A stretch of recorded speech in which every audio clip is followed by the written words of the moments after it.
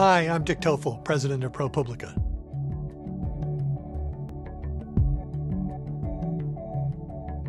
ProPublica is a nonprofit investigative journalism newsroom.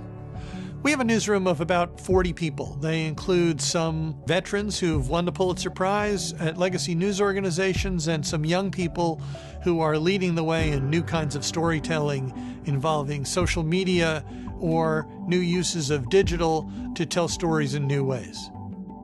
The business crisis of the press, which we've all heard so much about for the last nearly 10 years, is forcing legacy news organizations to cut a lot of things.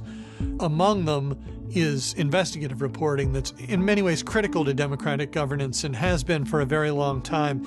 That leaves a gap, and we're trying to fill some of that gap on a nonprofit basis.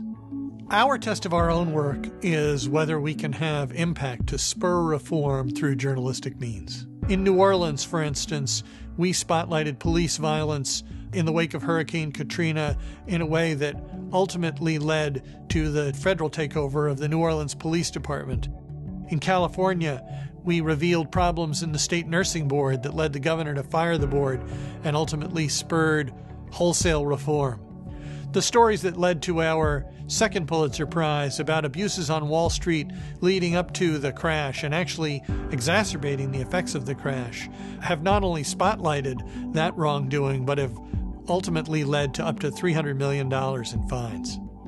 We were really the first national news organization to spotlight the dangers of unregulated fracking and the threat it posed to the water supply in many areas around the country.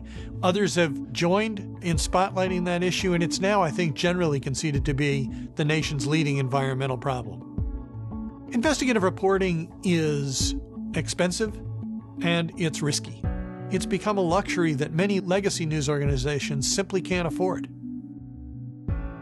ProPublica is funded almost entirely by philanthropy, but that very much includes small gifts that add up by the thousands to very large amounts of money and that make a real difference. They help us pursue our journalism in the public interest that spurs real reform, real change.